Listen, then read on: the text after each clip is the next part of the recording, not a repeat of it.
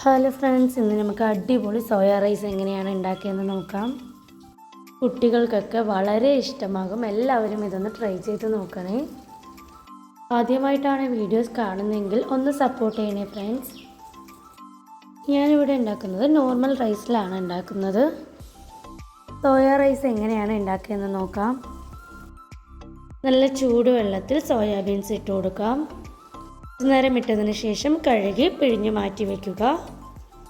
ഇനി വേണ്ട ഇൻഗ്രീഡിയൻസ് എന്ന് പറയുന്നത് തക്കാളി, കറിവേപ്പില, മല്ലിയില, ഇഞ്ചി, വെളുത്തുള്ളി, സവാള, പച്ചമുളക്. 2 മീഡിയം സൈസ് സവാളയാണ് എടുത്തിട്ടുള്ളത്, ഒരു വലിയ തക്കാളിയാണ് എടുത്തിട്ടുള്ളത്, ഒരു പച്ചമുളക്. ഒരു ചട്ടി വെച്ചതിന് ശേഷം വെളിച്ചെണ്ണ ഒഴിച്ചു കൊടുക്കാം. എണ്ണ നന്നായി ചൂടായി വരുമ്പോൾ നമുക്കതിലേക്ക് കടുകിട്ട് കൊടുക്കാം.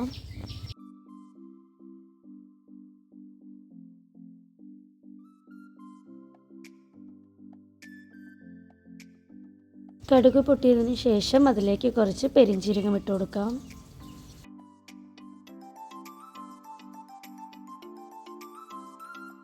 ഇനി ഇതിലേക്ക് കറിവേപ്പില ഇട്ട് കൊടുക്കുന്നുണ്ട്. ഇനി പച്ചമുളകും കൂടി ചേർത്ത് കൊടുക്കാം. പച്ചമുളക് ഇട്ടതിന് ശേഷം ഒന്ന് ഇളക്കി കൊടുക്കാം. ഇനി ഇതിലേക്ക് അരിഞ്ഞു വെച്ചിരിക്കുന്ന സവാള ഇട്ട് കൊടുക്കാം. സവാള ഇട്ടതിന് ശേഷം നന്നായി ഇളക്കി കൊടുക്കണം. പോലത്തെ കുഞ്ഞു റെസിപ്പീസ് എന്തെങ്കിലും വേണമെന്നുണ്ടെങ്കിൽ ഒന്ന് കമൻറ്റ് ബോക്സിൽ കമൻറ്റ് ചെയ്താൽ മതി. ഉള്ളി നന്നായി വഴണ്ട് വന്നിട്ടുണ്ട്. ഇനി ഇതിലേക്ക് വെളുത്തുള്ളിയും ഇഞ്ചിയും ഇട്ട് കൊടുക്കാം.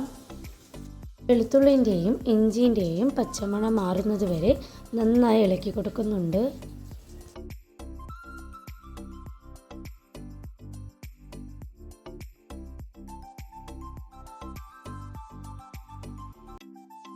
ഇനി ഇതിലേക്ക് തക്കാളി ചേർത്ത് കൊടുക്കാം. തക്കാളി ഒരു പേസ്റ്റ് പരുവമാകുന്നത് വരെ നമ്മൾ ഇളക്കി കൊടുക്കണം.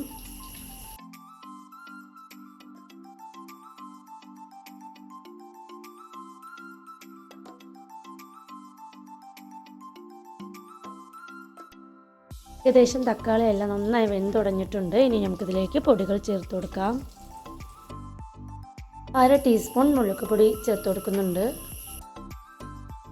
1/2 ടീസ്പൂൺ മല്ലിപ്പൊടി, 1/4 ടീസ്പൂൺ മഞ്ഞൾപ്പൊടി, ആവശ്യത്തിനുള്ള ഉപ്പ്, ചിക്കൻ മസാല ചേർത്ത് കൊടുക്കുന്നുണ്ട്.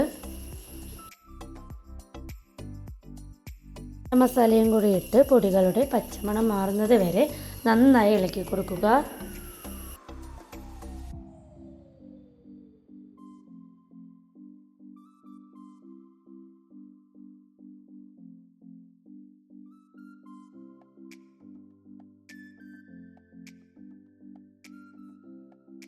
പൊടികളുടെ പച്ചമണം എല്ലാം നന്നായി മാറി വന്നിട്ടുണ്ട്. ഇതിലേക്ക് ഗ്രേവിക്ക് ആവശ്യമായിട്ടുള്ള കുറച്ച് വെള്ളം ഒഴിച്ചു കൊടുക്കുക. തിളച്ചു വരുന്നത് വരെ ഒന്ന് വെയിറ്റ് ചെയ്യാം.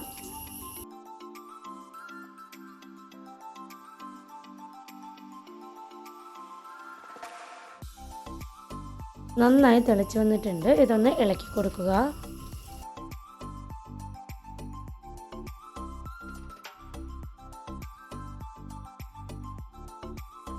നേരത്തെ കഴുകി മാറ്റി വെച്ചിരിക്കുന്ന സോയാബീൻസ് എല്ലാം ഇതിലേക്ക് ഇട്ട് കൊടുക്കാം.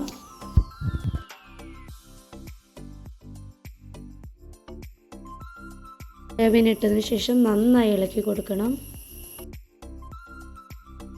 സോയാബീൻ നന്നായി ഇളക്കിയതിന് ശേഷം ഒന്ന് അടച്ചു വെക്കുക. അപ്പോൾ അതിലുള്ള വെള്ളമെല്ലാം ഇറങ്ങിയതിന് ശേഷം ഒന്ന് ഇളക്കി കൊടുത്തു പറഞ്ഞ് നമ്മുടെ സോയാബീൻ റെഡിയായി. സോയാബീനിലുള്ള വെള്ളമെല്ലാം പോയതിന് ശേഷം നന്നായി ചുരുങ്ങി വന്നിട്ടുണ്ട്. ഇനി ഇതിലേക്ക് നമ്മളുടെ റൈസ് ഇട്ട് കൊടുക്കാം.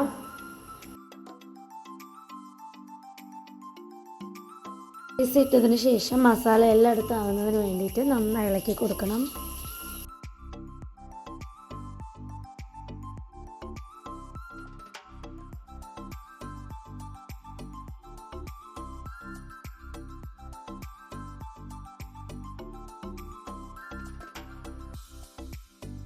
ഇനി കുറച്ച് മല്ലിയിലയും കൂടി ഇട്ട് ഫ്ലെയിം ഓഫ് ചെയ്യാം. ഇതുപോലെ ഒന്ന് എല്ലാവരും ഒന്ന് ട്രൈ ചെയ്ത് നോക്കൂ കേട്ടോ. അടിപൊളി ടേസ്റ്റാണ്. കുട്ടികൾക്കൊക്കെ സ്കൂളിലേക്ക് പോകുമ്പോൾ ലഞ്ചിന് വേണ്ടിയിട്ട് കൊടുത്തുവിടാനായിട്ട് അടിപൊളി റൈസാണ്. എല്ലാവരും ഇതൊന്ന് ട്രൈ ചെയ്ത് നോക്കൂ കേട്ടോ.